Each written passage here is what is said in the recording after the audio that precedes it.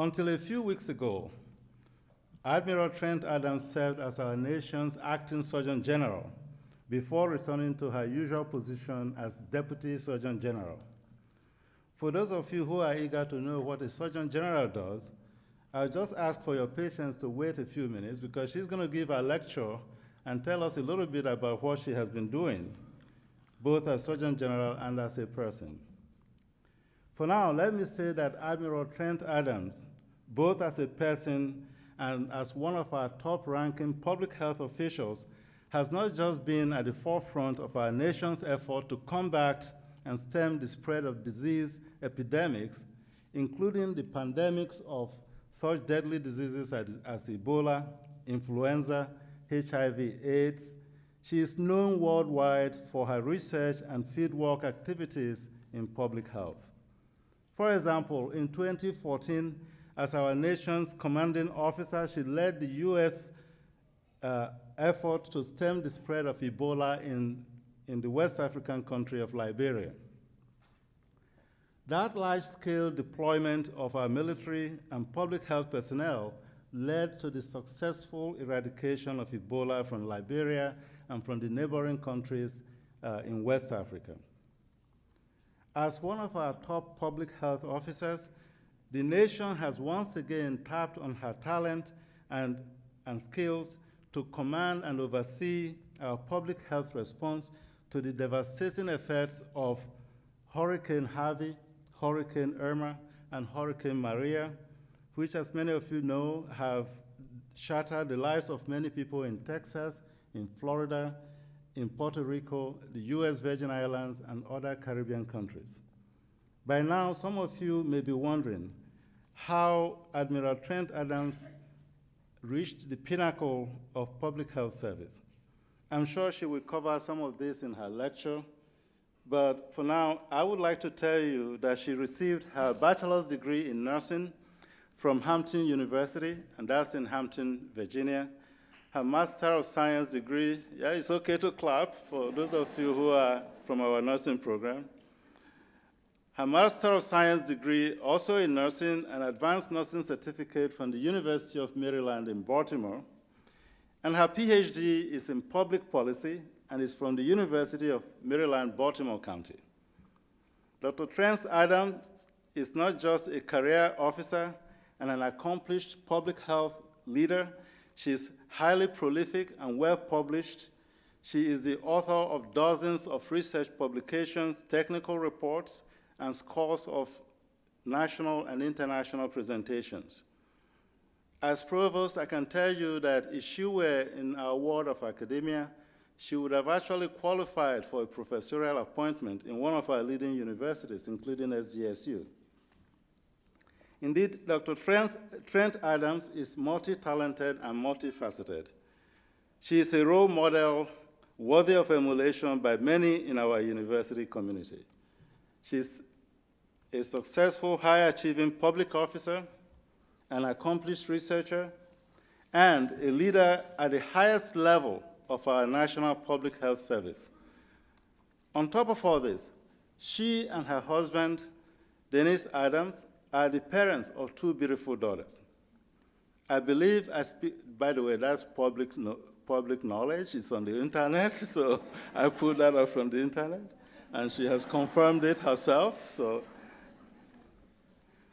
I believe I speak on behalf of many in this audience when I say that we admire your achievements and we adore your magnificent uniform. Please join me in giving a round of applause and welcoming Admiral Trent-Adams to SDSU.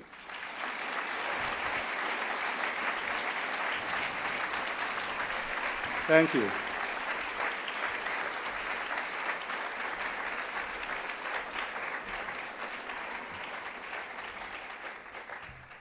Good afternoon. And I want to thank your wonderful, amazing, marvelous Provost for that warm introduction. Thank you, sir.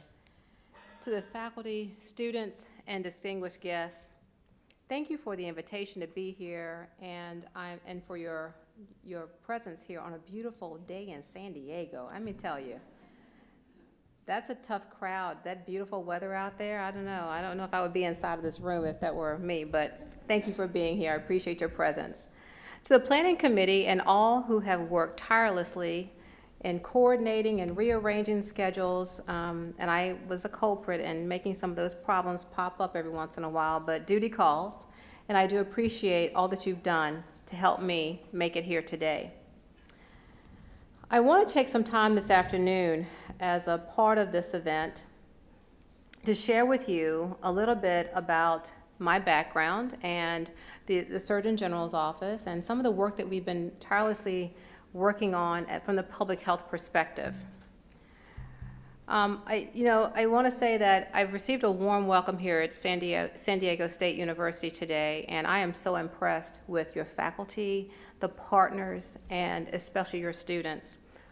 Crystal and Alana, are you here in the room? If you're not here, I want to just give a shout out to those two students because they are amazing. They welcomed me so warmly today, and I had an opportunity to meet with them. If those two individuals are any indication of what caliber of student you're producing here at San Diego State, our future is in great hands. I've learned a lot from them.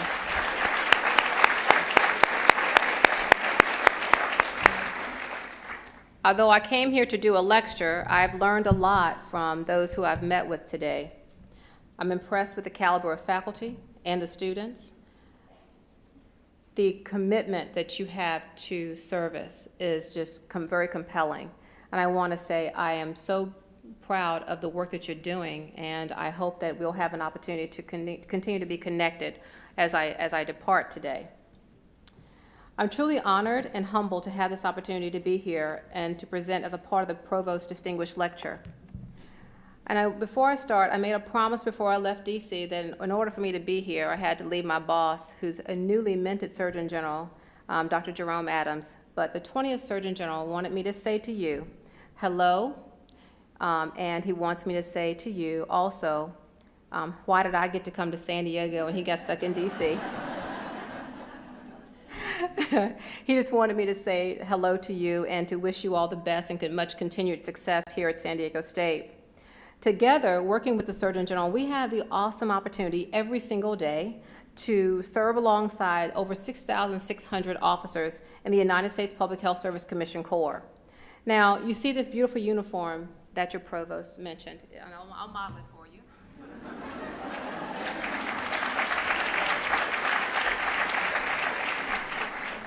It's quite a snazzy gig, to be able to have this job and to wear this beautiful uniform every day.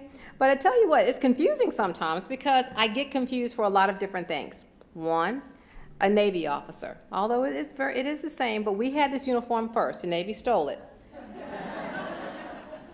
To all my retired Navy colleagues and active duty folks out there, God bless you too.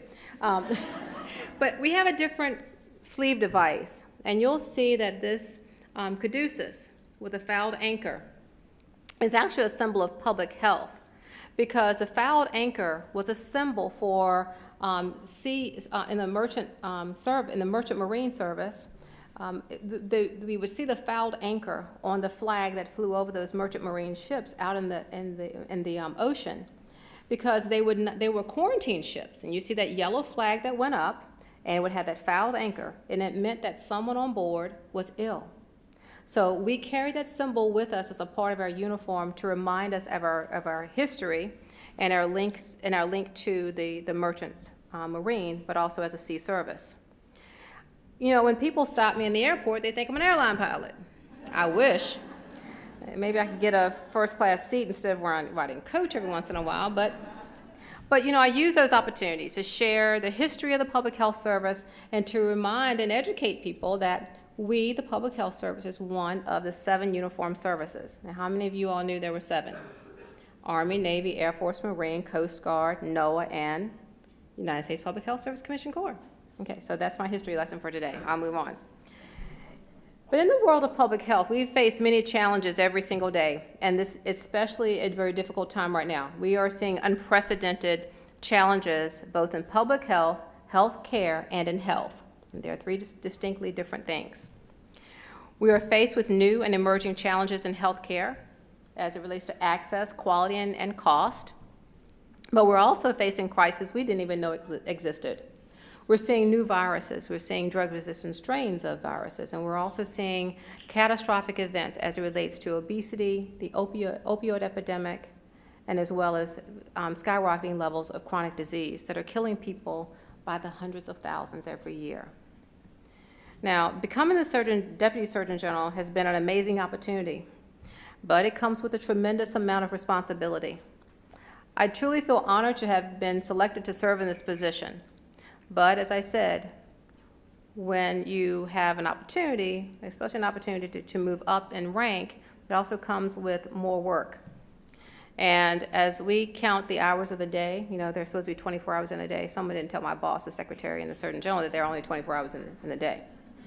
But we do it gladly because we are very passionate about public health. And public health is something I've grown up with. Over the course of my life, I've seen many people have experiences that were related to public health, even before I knew that that was a definition of public health. You see, I grew up in rural Appomattox, Virginia. And so rural town in central Virginia. It's a farming community. And I volunteered starting at the age of 12 as a candy striper. Any of you know what a candy striper is, a volunteer? Okay, good. I don't want to date myself here. And for us, in that small town of Appomattox County, I couldn't be a candy striper in Appomattox. I had to drive 30, 40 minutes to Lynchburg. And in that day and age, Washington, D.C. was a world away, a completely different perspective on life and a completely different way of life. But growing up in Appomattox, I want you to know that there were only 3 doctors for the entire county. And that was for the vast majority of my life. And if you needed a hospital of any type of specialty, with any kind of specialty care, you had to travel far from home. Most people went to one of 2 places, UVA, which is in Charlottesville, is an hour and 10 minutes away, or down to Duke, which is a couple hours away. So during that time of my life, many people deferred care until they were at death's door. And many times, by the time they got to a provider, or to a doctor, or to a surgeon, there was nothing that could be done.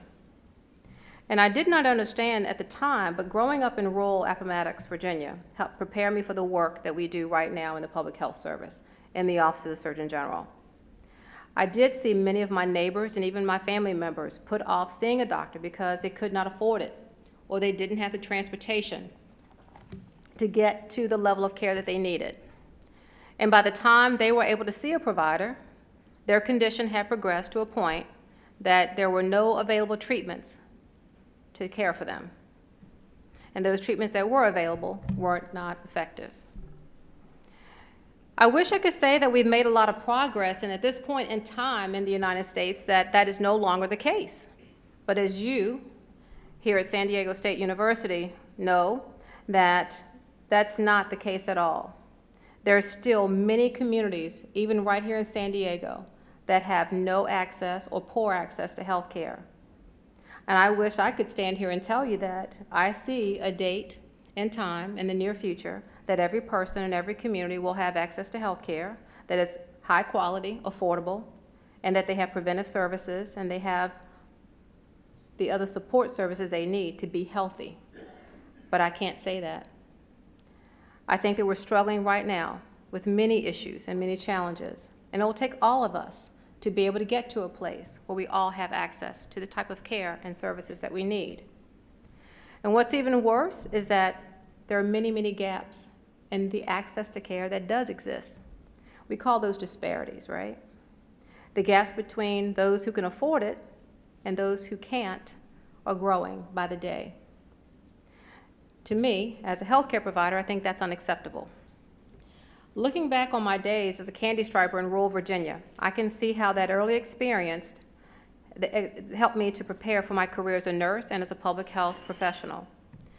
Those experiences exposed me to sights and sounds of the clinical environment. If I closed my eyes, I could see people running up and down the hallways. I could hear the monitors, I could hear the alarms, and I could hear the patient call bells going off, the smell of disinfectant, the buzz of the emergencies, and the organized chaos that comes with being in a healthcare facility. But it did more than that. It taught me that we as individuals have an incredible power to make a difference. I observed how a simple smile can have such a positive impact on someone during their most darkest time of their lives.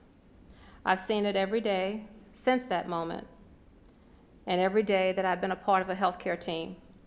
From the early days when I wore the red and white striped smock as a candy striper, to nursing school, to Army fatigues, and even my well-starched white nursing uniform, my BDUs, and even today in my service dress blues, I feel a commitment to service, and I know that commitment is shared by you. Some people ask me, why do I work crazy hours, and why do I keep going back to school, and why do I feel the need to always press forward when the obstacles and the challenges are so insurmountable, at least from their perspective, they're insurmountable. And I say that primarily, I do it because I love public health, I love people, and I want to make a difference. There are too many patients that have preventable diseases, and I think that all of us collectively have an opportunity to create the mechanisms and the momentum for change. There are way too many people who come over and over and over again from the same communities with worsening health, chronic diseases, and even preventable diseases. And it doesn't have to be that way. There's so much more that we can do in the future as we move forward. I've seen firsthand how public health providers can change lives, and they can save communities. They can change the next generation. They can help shift our healthcare system to a system of health. I know we, working together, every discipline, every person, every community, can be the catalyst to improve the public health of our nation.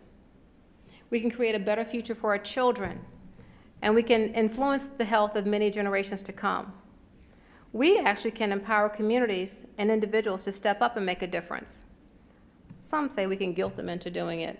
I say we can motivate them to thinking differently about how health impacts their lives. I know it won't be easy. Nothing has been thus far, because every time I turn around, there's another crisis or more chaos to manage. But this is one of the most rewarding careers that I will ever want to look forward to having, the opportunity to wake up and put my feet in my pumps every morning, put on my public health service uniform, stand tall and say, yes, it's hard, but we can do it. You see, the most rewarding things in life often require a lot of hard work, much like education and what you're doing right here at San Diego State. You go through mountains and valleys, you suffer through of untold trials and tribulations, exams and pop quizzes and labs and simulations, and you never let it get you down. You can't, because for the rest of your life, you will develop and have the skills to pursue your dream, to follow your passion. You go through all the difficulties required to reach your end result. It's not really the end result. It's one step on that continuum of being able to do something that is going to be bigger than yourself. But see, you're the lucky ones. Somehow you figured out how to end up in the seat you're in today. There are millions more who want to be right where you are. I want you to stop for a moment and don't take where you're sitting for granted. Okay, I digressed a little bit, but I did so for a reason. Because did you know that children who lack access to health care are more likely to have low educational attainment? Did you know that you're more likely to have preventable chronic disease earlier in life and have a shorter life expectancy if you grow up in poverty? So having the opportunity to pursue an education beyond middle school for some kids, beyond high school for others, and beyond college for even more, is a dream that often cannot be reached.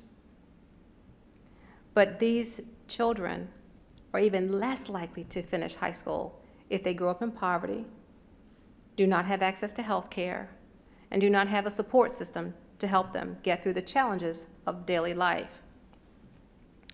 And I think that we have more to do. We need to actually think about how we can change the way in which we think about health and health care. When I think back to some of the early experiences of my career, I think about some of the challenges that my patients faced. I think of some of the first HIV patients that I treated. One of them stands out in my mind because, like me, he had grown up in the country, way out in the middle of nowhere. And like so many of our patients at that time, he had faced many obstacles. He had no job, no health insurance, no stable home. And I remember the fear, the shame, and desperation he exhibited when he was told he had AIDS. His family was not there, and his friends were afraid to come and visit him. For days, he would not speak to me or anyone else who came into his room to interact with him. He wouldn't tell us what went well and what didn't go well that day. But we continued to go in and engage with him on an ongoing basis. And when he finally did speak, he was very angry. And I want to tell you, he had lots of good reasons to be angry. And some of it was because of the way he'd been treated as a patient. He had a right to be angry at the healthcare delivery system. He had a right to be angry at people who had deserted him. He had a right to be angry just because he was sick and there were no answers for all the questions he had. But since we were there, his anger was directed only at us, the only people who were actually there to take care of him and to care about him. Looking back, I think about some of the choices each member of our team could have made and how we could have reacted to him. And I'm very proud to say that I'm glad our team was composed with the people that were actually there who cared about the work that we did and the people that we took care of. Because every last one of us responded with care, concern, and with love. You see, back then, I don't want to say, but it was the 1980s, okay? I started when I was 2. We didn't have a lot of answers. We only had one drug, and that was AZT, and AZT was a nasty drug for some people. They didn't do well on it. It made some of them very sick. Some of them ended up being hepatotoxic and had many other side effects that we did not know how to manage. We didn't have all the answers. I can't even say we had any of the answers to some of these situations. But as a matter of fact, one of the things that we did do well was to show that we cared enough about our patients, regardless of whether we had answers or not. We were honest with them. And that's often difficult for healthcare providers when we don't have a solution. If we can't find the right drug for the right pathology or the right surgeon or the right surgery for that mass, we're not very happy campers because illness is our enemy. We promised, one thing that we did with patients like this individual was to promise them that we would do everything we could, and we would do what we would do would be done to the best of our abilities. And we'd always treat him and the other patients like him with respect and dignity. After many weeks of taking care of this individual with much anger and animosity, and a lot of grieving for loss of life that he never would know, the loss of his family, he did finally say to us, "I don't understand what's going on with me. And I need someone to explain to me why this is happening to me. I was a good kid. I was a good person, and I did not ask for this." And amongst several other conversations, he informed us that he wanted to die.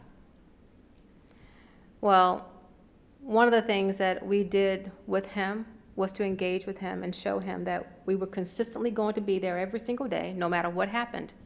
He said finally, "Why are you all being so nice to me? What are you getting out of this?" I was stunned. I didn't know what to say to him. At first I said, "Well, we're not being nice to you. Frankly, I'm your nurse, and this is just what we do." He laughed. And over time, he started to trust us. And that was one thing I will never take for granted again with a patient, is their trust. You can walk into someone's room, and the way you walk into a room to engage with any individual that you're responsible for sends them a strong message. Always watch your body language. To those future healthcare providers and future administrators in this room, be careful how you interact with those people that you have the responsibility for their lives. Because I think a caring smile, consistency in our messaging about who he was and what he meant to us was what led us into that wall which allowed him to open up just a little bit to allow us to do what we needed to do. And here's what we did. In addition to direct care, we also connected him with all those services that are in the community that he otherwise would not have had access to include housing, transportation, food pantry, support systems that would allow him to have counseling and support through support groups after he was discharged from the hospital. We made sure he had every resource to help him have the highest quality of life for as long as he was with us. And over time, he started doing something to help us. He would come back to visit. He'd even go out to the community and visit patients who were suffering with HIV just like him. He helped others deal with the shame. He helped others deal with the unanswered questions.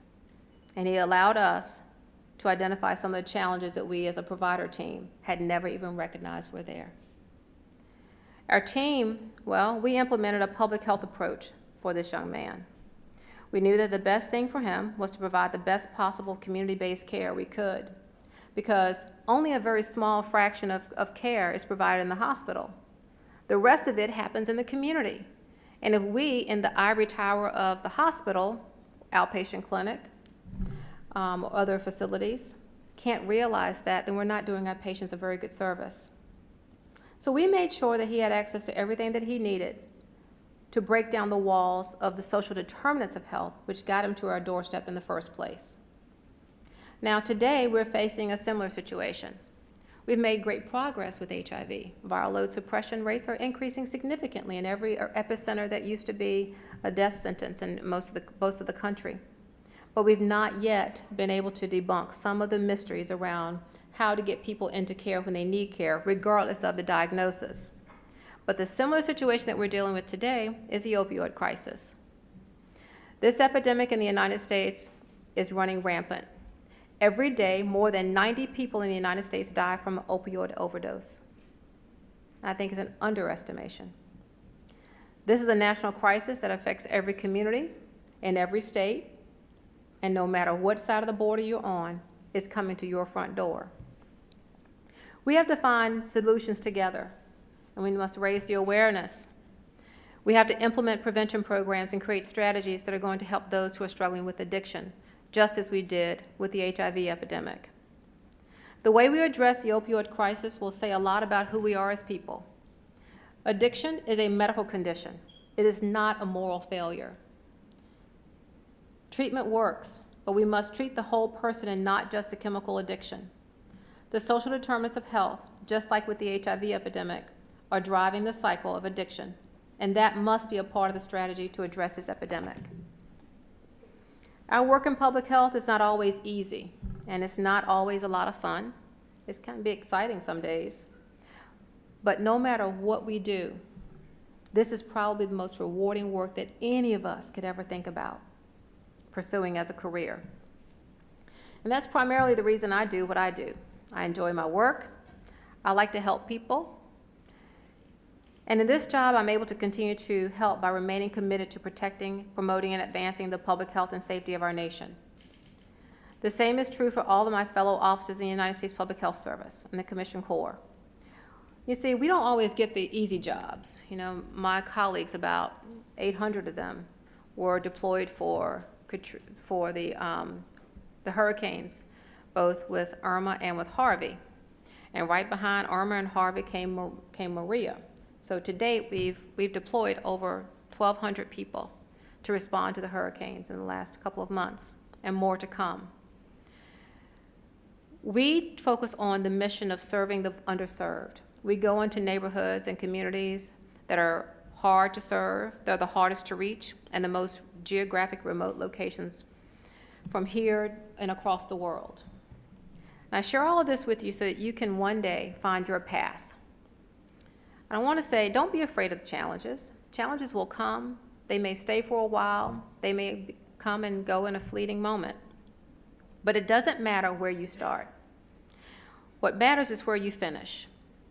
You may not be the smartest or the fastest, but don't ever give up. I want you to stay focused on doing your best and finding your place. Use your gifts that you've been given to do what you're destined to do. Don't worry about what everyone else is doing.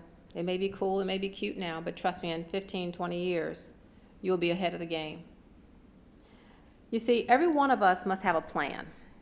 And that plan should include following your internal desire to do those things that you've been called to do. There are things that you will desire to accomplish that may be more challenging than others, but stay focused on how you are going to approach every single step of the journey. Don't look at the 4-year journey of medical school or nursing school or social work, or the social work program or an epidemiology Ph.D. as being you have to get it done tomorrow. Take it one day at a time. And I can say this to you because there's a lot of that still applies to my life. I want to share something with you, very personal. I rarely tell people the full scheme of how I ended up where I am, but I jokingly say that. People say, how did you end up being the Deputy Surgeon General? I say, well, I got lost in the Beltway, and I showed up at Humphrey Building one day, and they said, come to work. They gave me a nice, cute uniform, and I just keep coming to work every day. But I come from that rural community, but I had to learn how to deal with the fear, because many of us are not a lineage of college graduates. We don't come from that line that we have PhDs and MDs and JDs and every kind of EDD and everything else, all the alphabet soup behind their names. And that's my story, because my grandparents did not graduate from high school. My parents struggled. I come from a farming family on both sides of my family. My grandparents on both sides were very incredibly smart, they were talented, and they were truly entrepreneurs. They worked hard, and they instilled in us the importance of education.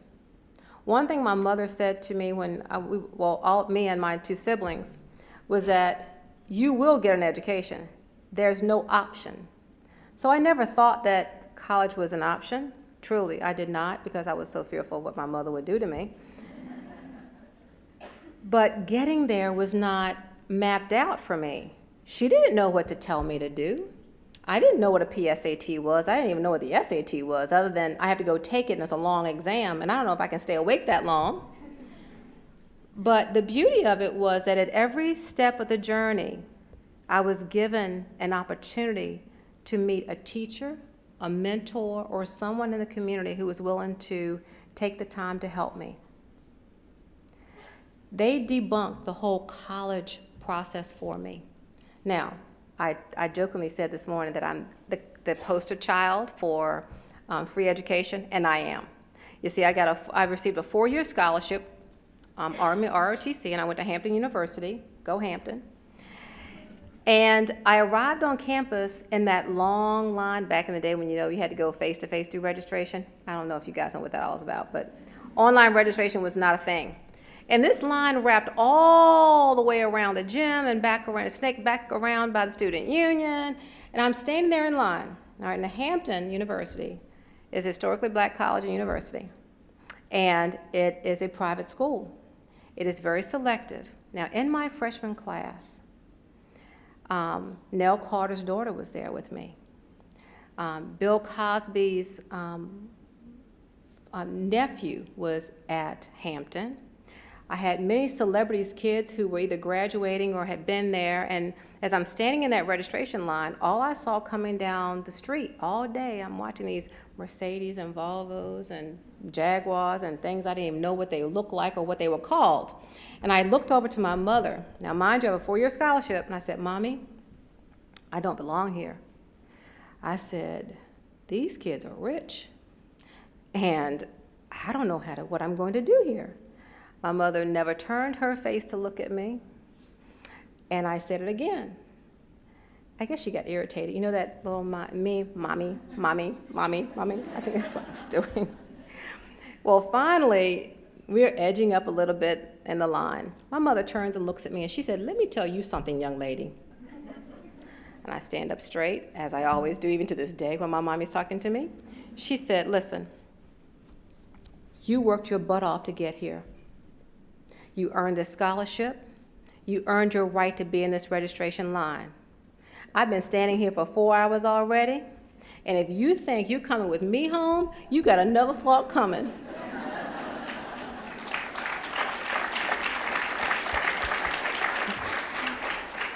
I got quiet, and we still moving up in lines. But Mommy, she didn't look at me. She's looking all around the beautiful scenery on that campus. And she said, let me tell you something. You can't come home with me today.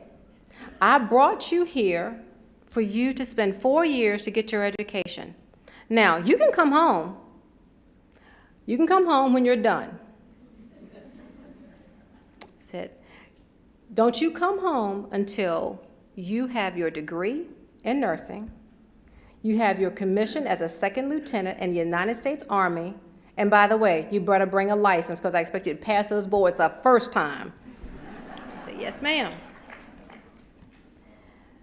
Not all of us have a mother who is that determined and is going to stand in the gap, as we say, for us when fear creeps in and has us to think really long and hard about where we fit in. Now, I didn't think I fit in there. And I don't think I fit in all 4 years I was there because I couldn't even figure out what I was supposed to be doing. I didn't fit into the in crowd, which is good because I now know that was a part of the plan. My goal was to stay focused on my education and to train to be the best officer that I could possibly be. And I had more than one person tell me that maybe this isn't for you. Maybe this isn't where you belong. And I'm talking while I was in college because Hampton gets you, they get you, and they wrap their arms around you, and they got me through the process. But as a nurse in the United States Army, I had a supervisor to tell me, she said, you know what? Maybe you're not cut out for nursing. I said, yes, ma'am. And I just smiled. Maybe you're not cut out for this line of work. I just smiled. And I began to think about what she was saying. And in my head, I could hear my mother telling me, you can't come home. So she was right. I wasn't necessarily just cut out for nursing. I was cut out for nursing, public health, chief nurse officer of the United States Public Health Service, deputy surgeon general, acting surgeon general.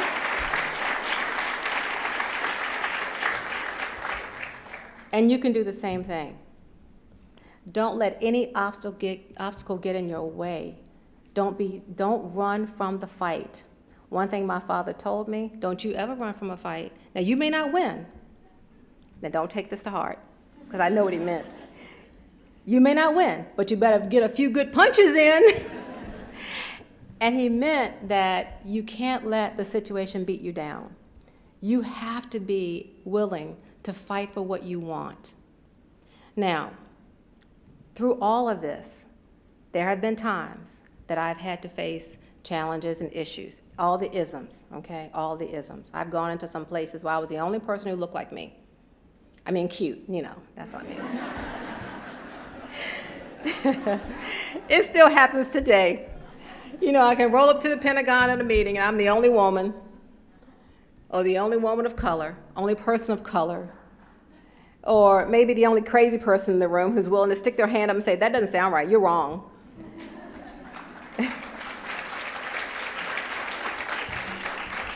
And I will continue to do that because I have to pave the way for you, just like the General Clara Adams Ender paved the way for me, just like the Harriet Tubmans paved the way for me.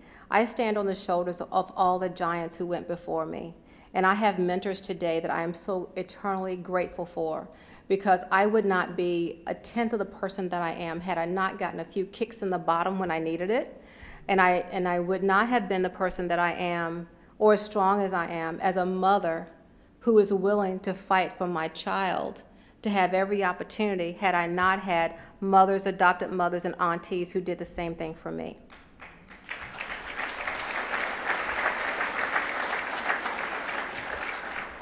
So I had a plan. And I've deviated from that plan a couple of times. But I want you to always have a plan. Have a plan A, B, C, and D. And that's in everything. You always need a way out. They'll teach you that in the Army too. By hook or by crook. You're going to either come out by water, by land, or out of an airplane. Just figure out how you're going to get out. But stay true to that plan and stay true to what you are destined to accomplish. I want you to work hard. I want you to have balance in your life. It's okay to stop for a moment and take a breath. No one told me that, and I'm just figuring that out at 52 years old. Okay, but I'm cute for 52, right? Okay. Maintain high standards and find resources to help you to get to where you need to be. This university has a lot of resources for you. Take advantage of them. I want to leave you with a quote from Booker T. Washington. And it says that, quote, "Success is not to be measured so much by the position that one has reached in life as by the obstacles which he has overcome." I want you to know that you will face obstacles in life, but they will make you stronger. And the more you face, the stronger you will become. Take the time to recognize the challenges for what they are. They are opportunities. They're opportunities for you to get better and for you to one day be great. I want you to know that I'm so proud of each one of you, and I hope that you will achieve more than I have been able to accomplish.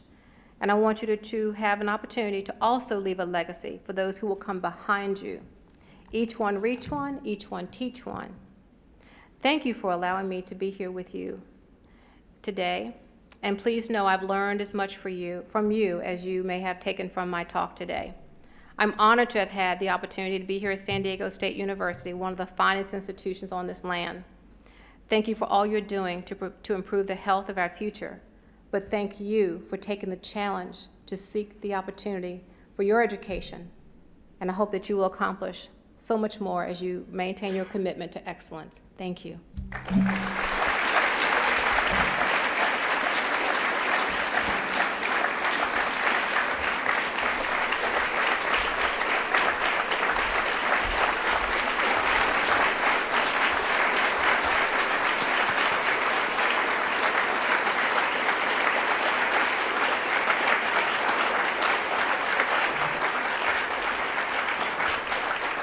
First of all, I want to thank Admiral Trent-Adams for giving a very thought-provoking lecture today. But more importantly, I want to thank you for being such an awesome role model for not only nurses, but all public health professionals. I know there's going to be a lot of questions for Admiral Trent-Adams. We have 2 microphones set up in the aisleways here. And what we're going to be doing is we are going to alternate between microphones. So is anybody brave enough to come up and give Admiral Trent-Adams her first question? And it's a nurse, Dr. Lemby Sarman, who's one of our retired faculty in the School of Nursing. Hi, Admiral. I wanted to ask you about the Ebola outbreak and what was the role of the Public Health Service in that as it came to our shores. Thank you. Okay, I'm on. Thank you for that question. Her question was about the Ebola response and the role of the Public Health Service. We had a very, very specific mission in the Ebola response, and during 2014, we were tasked by President Obama at the time to stand up the Monrovia Medical Unit. That unit was specifically designed to provide healthcare services to any healthcare provider responding to the Ebola outbreak in West Africa. It was a 25-bed unit. It was actually an Air Force EMED, and we stripped it down to make it an infectious disease clinic. And it provided everything from a lab, direct patient care. We had our own decontamination unit. We had a morgue affiliated with the unit. Our own supply chain, coordination with Department of Defense, the embassy, and all USG partners on the ground in the West Africa region. We were a direct line to the WHO and the United Nations as related to reporting any outbreaks, new outbreaks, and also engaging with the community to provide them with social support and coordination of building systems of care in those areas within Monrovia and the outlying areas and the other surrounding counties. But primarily, the sole mission, in a nutshell, was to provide care and treatment to any one of the healthcare providers who were exposed or was diagnosed with Ebola. Good afternoon. Is this working? Hello, can you hear me? Yes, I can hear you. Okay. Good afternoon, Admiral. Good afternoon. My name is Corey Dunn. I am an alumni here, class of 2014. I currently work for the Food and Drug Administration as a consumer safety officer. I work a lot with other public health officers, commissioned officers, and I am currently working towards getting my qualifying degree. However, I am very curious. It looks like the way it's set up now is that everything's done in order for you to try to apply, it looks like it's done in stages, I guess, the best way to say it. Like 1 month it'll be one category of professionals, next month it's a different category. My main thing is, being a federal employee already, is there any way to skip past that and actually just apply right away once I have my qualifying degree conferred upon me? Okay, thank you. So the first step is getting your qualifying degree. Once you get your qualifying degree, then you're eligible to apply. You cannot apply without the qualifying degree from an accredited school. So that list of schools, be careful. You need to check that list because there are some schools that are I already not. checked it. It's good to Excellent. go. CEPH certified. What we have been doing, and this is part of the public health services, it's part of the department's Reimagine HHS, we're reimagining the core. The current demands for clinical providers far exceeds the demand for MPH or health scientist officers and health services officers.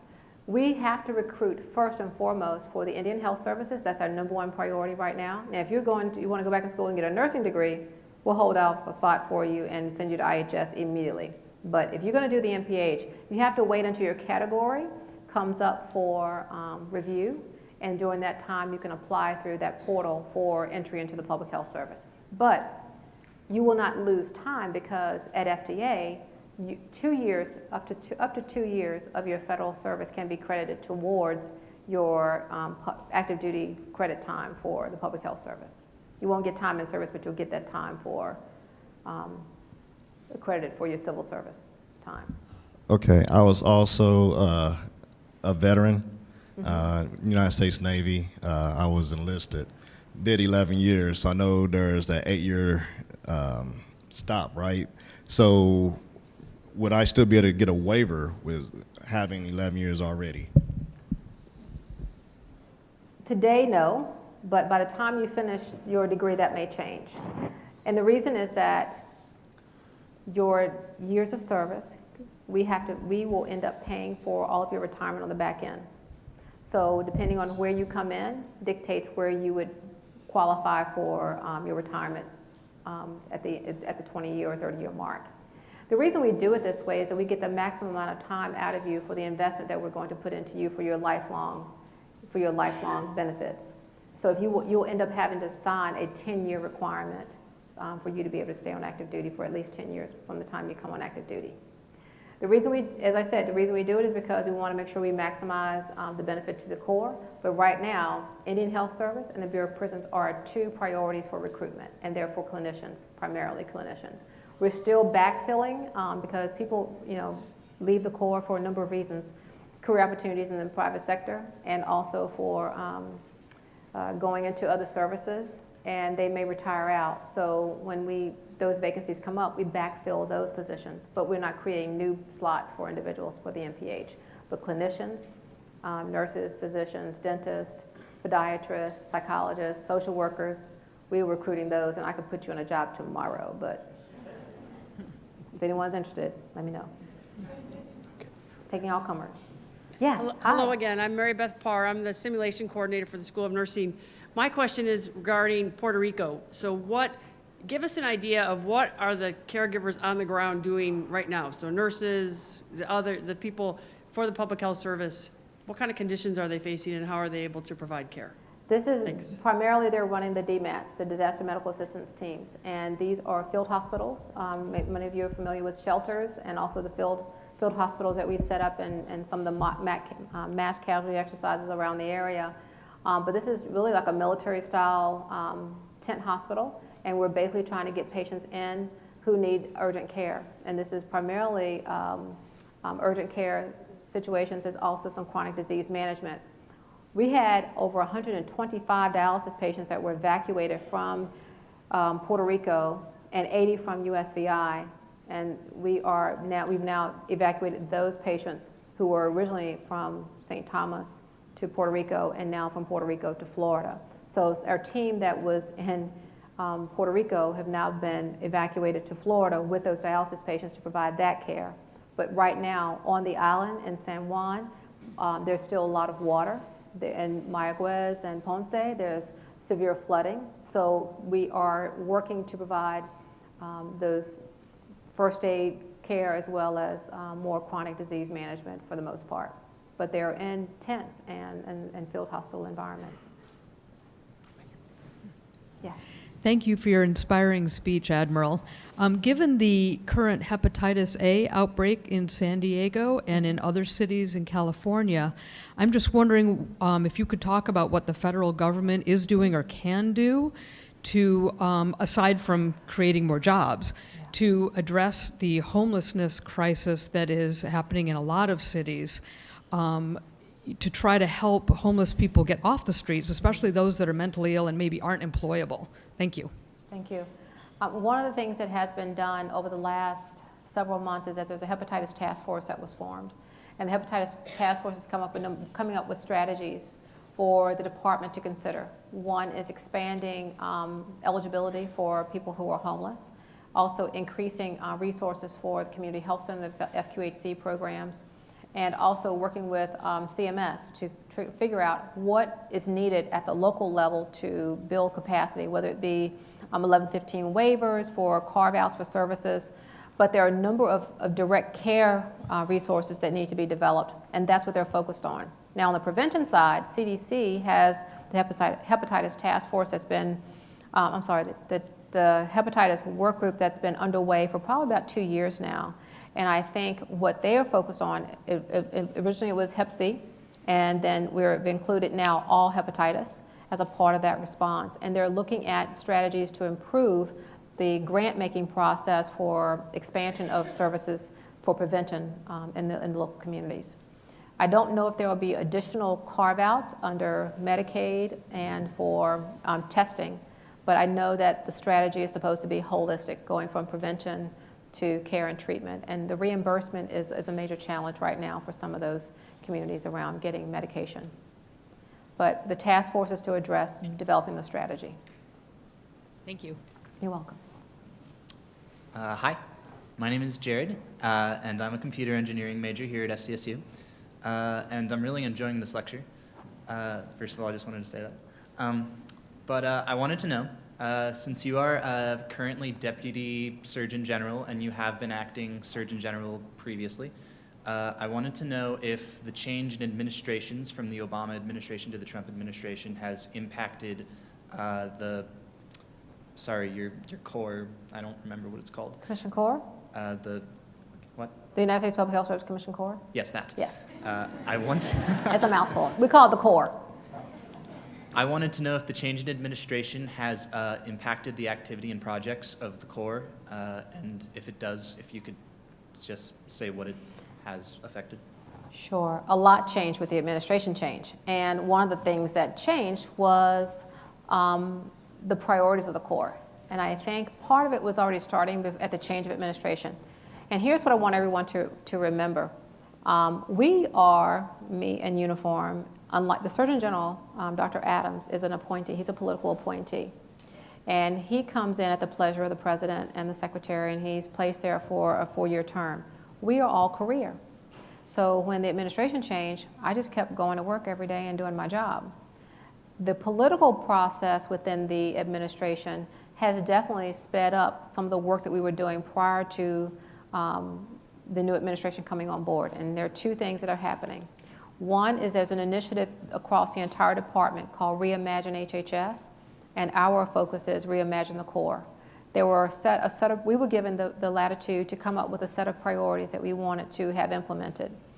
It has drastically changed the battle rhythm for us in that we have been tasked with creating new strategies to shape the Corps to be more responsive to healthcare delivery and recruit those officers, only the best of the best, and to make sure that everything that we're doing at the agency level is directly connected to the department. Now, that may seem like a small detail, but it is the devil's in the details. We have a number of individuals who are assigned to the Commission Corps, like a lot of our other services, who are outside of certain parameters for height and weight. We have to now close ranks and start going through a reassessment and reevaluation. I know that most of you are aware that in the uniformed services, we all have height and weight requirements. Well, during the wartime, they were relaxed a little bit, significantly so. We're dealing with an issue right now. We have a number of our cadre who are overweight. So we're in a process now of trying to not put them out per se, but we're focused on trying to get them in a healthier pattern, and they must start to lose the weight by a given date. That's only one example. The other thing is that we are looking at ways we can strategically better align the Corps with the other sister services. In a constrained resource environment, we don't have enough money to do the training that we need, so it's now forcing all the uniformed service to come together, be one big happy family. So we will be training more with the Department of Defense, we'll be training more with the Red Cross, and also with our partners in the community. We would have considered, in any other case, we would have considered this to be a negative, but it's actually a positive, because now on the ground in Puerto Rico and in Houston and again in Florida, what do we find ourselves doing? Working with external partners outside of the public health service. I think there are a lot of things that can be misconstrued to being all bad, and it's not. There are some things that are happening that are actually good, and we're working to try to improve the status of health with staying focused on the public health mission. So we're increasing the accountability for the Commission Corps. We're working to recruit in a way that is strategically going to meet the best needs of those that are most disenfranchised and underserved. We realigned our recruitment priorities to focus on clinicians first and focus on the agencies that have the highest needs, Indian Health Service and the Bureau of Prisons. All that being said, there are two factors that will drive the way we go forward, and that is the budget. We have fewer dollars than we had in the past, and we will have to figure out whether or not we can do all the things we've done in previous years. We may have to rescope our mission, and that's going to be very difficult for us because public health, as you know, is not decreasing in demand, it's actually increasing in demand. So those are some of the things that we're dealing with right now as a part of the new administration. Thank you. Good afternoon, and thank you for the wonderful lecture. I was just wondering if you would comment on the depth and breadth of the opioid crisis. I'm asking because as a woman of a certain age, I always thought that was more of a young person problem until my 75-year-old mother became one of the statistics. So that was a surprise. Wow. Yeah. Yeah. The opioid epidemic is now getting all of our attention at every level and in every state. It is one of the #1 priorities for the department right now. What we see as being one of the biggest challenges is being able to undo some of the damage that we've done. We've created forums under the Surgeon General's report on alcohol, drugs, and health, which was released last December. It talks about the opioid epidemic as a part of a larger problem, and it's the way in which we identify substance use and substance misuse. Dr. Murthy, the former Surgeon General, focused primarily on prescribing because the vast majority of challenges that exist were because most of the people who were dying they got hooked on opioids from a legally acquired prescription for opioids. And overprescribing is a major challenge. So the first thing we need to do is education. We need to really make sure we focus on teaching providers, all prescribers, such as your physicians, nurse practitioners, dentists. Everyone who's prescribing opioids needs the right training on substance use and substance misuse. Then the entire healthcare team needs to be educated on how to identify it. Then we need to have a toolkit, resources for family members and community leaders to talk about it and then to address it. There are so many things that we're doing in the public forum that are counterintuitive to what we would do in public health. Public health, this is a multifactorial issue, but in the clinical setting, it's you are a bad person because you are now hooked on drugs, and they're not being handled the same way. We need to come together and view this as an issue related to the whole person. We need to understand that it is a chemical addiction.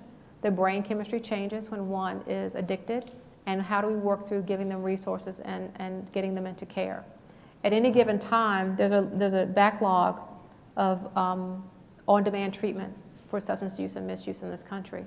We need to increase capacity, increase the training of providers who are providing care in the inpatient and the outpatient setting, and make sure that we are constantly managing the prescription registries for people who continue to overprescribe, that they are dealt with in the systems that are allowed for in the professional realm.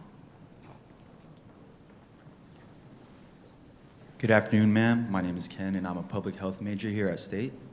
And I would like to know, what are some effective strategies of communication have you used to reach out to communities facing health disparities? The first and most important one in communication is to listen. You have to be a really good listener. I like to talk, and I'm the first one just cutting people in our house because it's full of women. When all my family gets together, we're all talking over each other. And you can't do that in communities when you're trying to hear what their challenges are. You have to be a good listener, and you need to listen to understand, not to respond. And that's difficult for healthcare providers because we always have the answer. We know the algorithm, we know what we're supposed to do in step A versus step 3, and I got that, no more. We can't do that in the community, especially when you're trying to build trust and trying to work to develop a rapport with them. You have to be open to listen. So the most important skill that you will have as a public health professional is to be an outstanding listener. Yes, ma'am? I just want to say thank you. I really enjoyed your lecture. I think I have mascara probably running down my face, but I really found it quite moving, so thank you for that. My question is really, despite all of our public health knowledge around the social determinants of health and how inequities impact on people's health, we still have many communities across the country and California that are struggling with health disparities and seemingly intractable issues. So if you were going to give advice, if you were going to be addressing a community and their stakeholders that were facing health disparities, grave health disparities, what advice would you have for them? That's a tough one. The first and most important thing is to empower the community. And I say this about the HIV community. I love what happened as far as empowerment with the HIV community, because it was the perfect storm, and it was a bad time, it was bad policy, bad practice, and everything that could go wrong went wrong. But we had an opportunity to get it right, and I think by allowing the community to articulate their needs and having people who listened, and having those people who listened take up the mantle to then use their voices in the forums where decisions were being made to speak on behalf of their clients. And not only that, they took their clients with them to board meetings, to city hall meetings, and to the offices of this decision makers, and to walk into doors of industry and say, look, you're not hearing us. These drugs are doing bad things to my body. I need you to figure out how to do this better. I think and the same is true for any condition where there's a disparity. Obesity. We need to recognize that obesity is a chronic disease, but some people see it as an epidemic right now. Obesity is not without the challenge of saying, well, you make a choice to eat. But it's not that simple, because there are all types of metabolic conditions.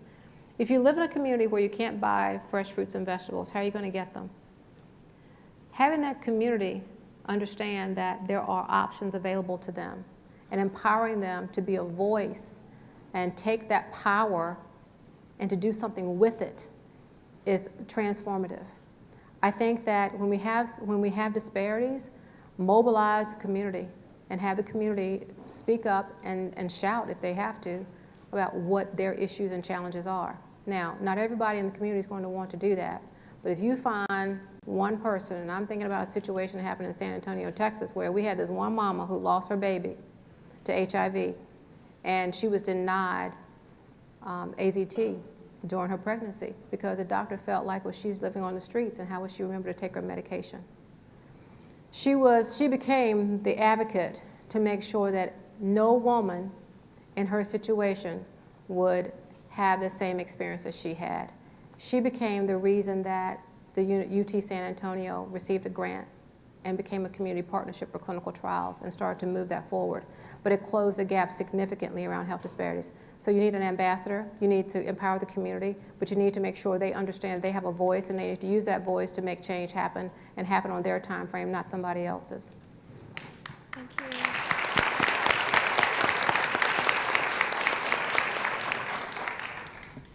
Good afternoon, Admiral. Good afternoon. It's a privilege to listen to you today, so thank you. My question is regarding like the environmental changes occurring. What are some mitigation strategies and efforts that are done to help like health issues from coming up? Well, I don't know if there are any strategies to help them from coming up, but there's a way to empower the community to be able to change the trajectory of the challenges that they face from environmental factors. Science is science, okay? And we know that children who live in poor communities that have poor ventilation and that have high pollutants in the environment suffer higher rates of asthma, right? We have to be able to allow for, as I said before to the young lady over here, we need to have education awareness. We need to empower the community to be able to have that voice. But we also need to make sure that resources are there to help those families deal with those types of situations. And I know that over the past 20 years, we've seen a decrease in the number of school nurses in schools that have increasing rates of children with food allergies and asthma and other things. So you're making sure that you use your voice wherever you can to mitigate the risk of unfortunate incidents happening of kids having an asthma attack at school and there being no one there to care for that child. So using your voice to be able to mitigate the risk of an unintended situation, child being taken to the emergency room because they don't have an inhaler not being available with a school nurse, or a teacher not being educated on how to react when there's an allergic reaction. So being vocal with the school board and all the community, I'm using it as an example. But overall, we all own our own space when it comes to the environment. We all breathe air, we all drink water. We can't take it for granted that anyone except for ourselves is going to be our voice. We learned that in Flint. And on the ground in Flint, the education was a big challenge because people did not understand that the tests were the tests, the science was the science. And when red flags are going up, someone needs to be able to say from the public health community, this is wrong. It shouldn't take a university professor from Virginia Tech, 3-4 states away, to be able to come in and advocate. We have to have a community that is empowered and understand that public health leaders in that community are willing to put it on the line to fight for them. So we as public health professionals have an obligation to use the science to share the knowledge and education that is appropriate, and also to empower the community to help us to make the argument for them to right those wrongs. Yes, sir. Good afternoon, Admiral. My name is Jeff Mason. I'm a retired physician. And I'd like to thank you, like everyone else has, for an inspiring presentation. And I think there's probably a few students in this audience that may go into public health because of you. That's really a good thing. You've partially answered the question that I want to ask, but I want to come back to it because I think it's important. And it has to do with what I'll call accountable care. Mm-hmm. And San Diego recently received a grant to develop a concept called an accountable care community. Mm-hmm. And that's still being pulled together. But in concept, I think it says that the community will identify and take responsibility for health issues within the community, including health disparities. And can you comment a little bit on the concept of accountability in healthcare, especially at the community level and at the provider organization level, and how that interacts with the mission of the Corps and addressing disparities? Okay, you may have to help me with remembering all these questions. So the first one is the concept of the accountable care organization, and then what impacted the role of the community, and then how it connects to the core. Am I correct? Right. Okay. So the first one, the concept of the accountable care community is much like integrating all the partners within a community to set the priorities for that community. The community drives the priorities that based off of what you, the community, feels is the #1 priority. The nation's leaders may say that it is opioid epidemic, but you may feel that it's childhood obesity and infant mortality, and that you can take the resources within your community to address the needs of your community based off of the priorities that you have set. Now, the key to that is you must set metrics and have a plan on how you're going to get from where you are to where you want to be. You must set goals and milestones, have a concrete plan for every single partner in that relationship within the community to then receive either more reimbursement from the funding entities, and regardless of who they are, and how that will incentivize care and the scope of care within your community. So that's the concept. Now, how does it work? In most cases, the state or community leadership drives the process, but the caveat is that process is a partnership. It requires that at whether it be the city, the county, or the state level, that there are requirements within that community partnership that you can have this many people from the leadership within the state, county, or city, and you have to have this many of matching individuals from the community who will then together make up these priorities. That's the process. What is hopefully going to happen is that those issues and challenges that every community feels is their priority get addressed based off of the prioritization that the community has identified, and that you're not driving the train based off of some edict that is dictated on a priority schema that was based off of a national sample that is not representative of your community. It is hopefully going to level set this disconnect between the hierarchy versus what the real needs are on the ground, and will help to level out that balance between the real and the imagined from a data set. That data set may not be your data set. So that's how that would work. Now, how does that connect with the core? That is an excellent question, because this is actually something that we're working on right now with ASTO, the Association of State and Territorial Health Officials.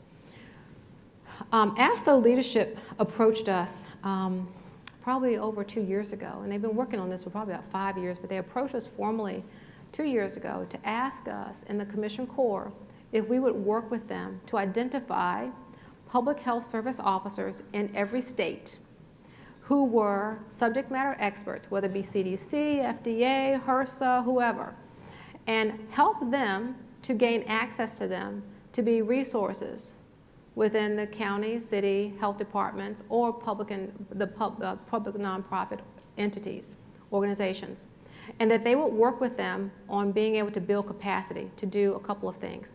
Focus on the priorities that are set by the city, state, and local health department. It may be obesity, so they would have a public health service officer come in to work with them on building an obesity program, and then they would bring in experts from all over the public health service to help them implement and magnify this program.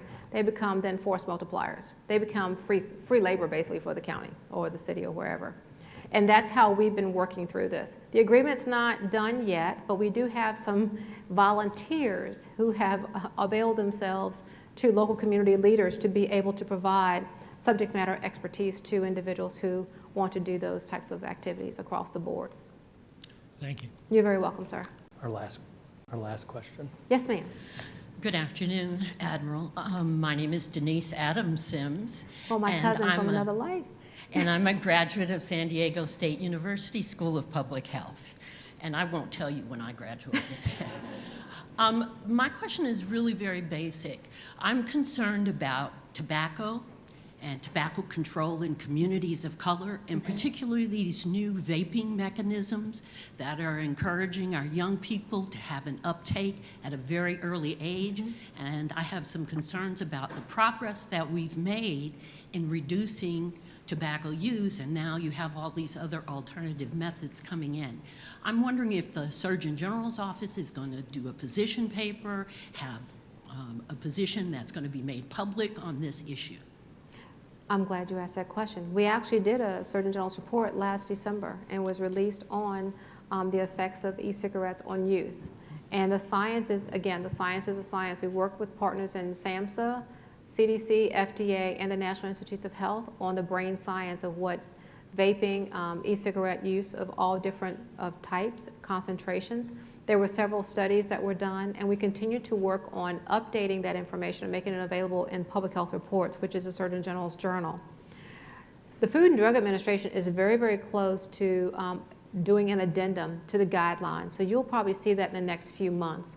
There were a number of policy concerns around making the e-cigarette use guidelines too broad.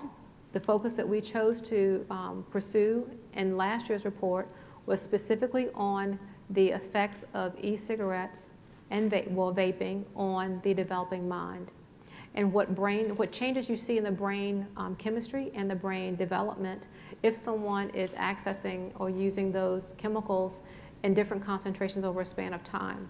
So that information is already out there. There's some community guidelines around engagement.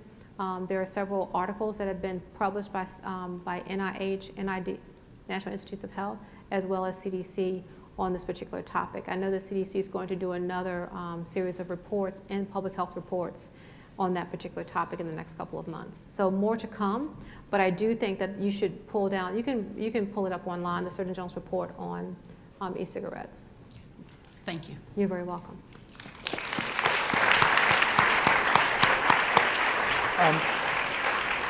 While I invite the Provost and Wemeka back to the stage, I want to thank him for providing us with this lecture series. I think this is a great opportunity to bring the campus together, and I really appreciate these lectures. Thank you.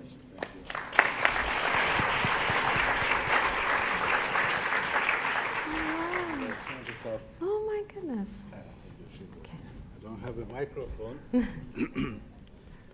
Admiral Trent-Adams, it is our pleasure to present you with this token of appreciation for the lecture today, for a brilliant lecture. We recognize that you work for the U.S. government. We could have given you something much bigger than this. We know that you're not allowed to take it as a government official. So please accept our token of appreciation. Thank you very much. We have to turn this around here, sir. Go. Thank you.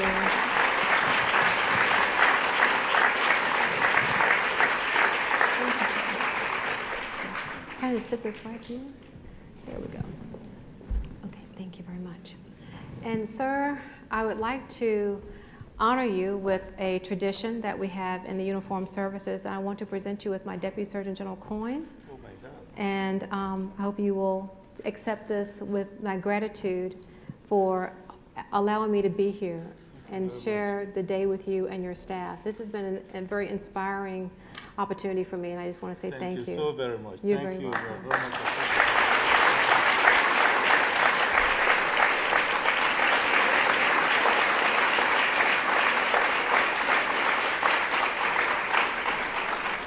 Thank you, sir. Happy down.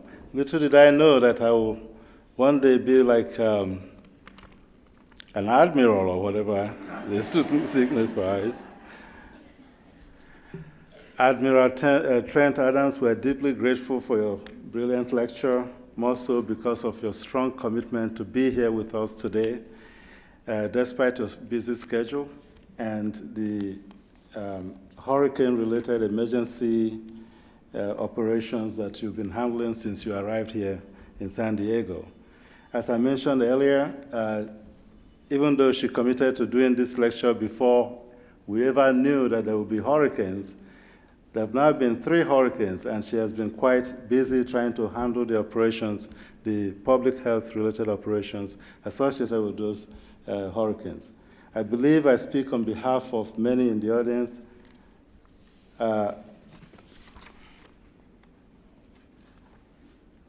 Yes, I believe I speak on behalf of many in the audience when I say thank you so very much. Thank you for being here. She's here for all of about 22 to 23 hours before going back to Washington. So this is a very strong commitment to doing this for SDSU. Please join me in giving her a rousing round of applause for doing this.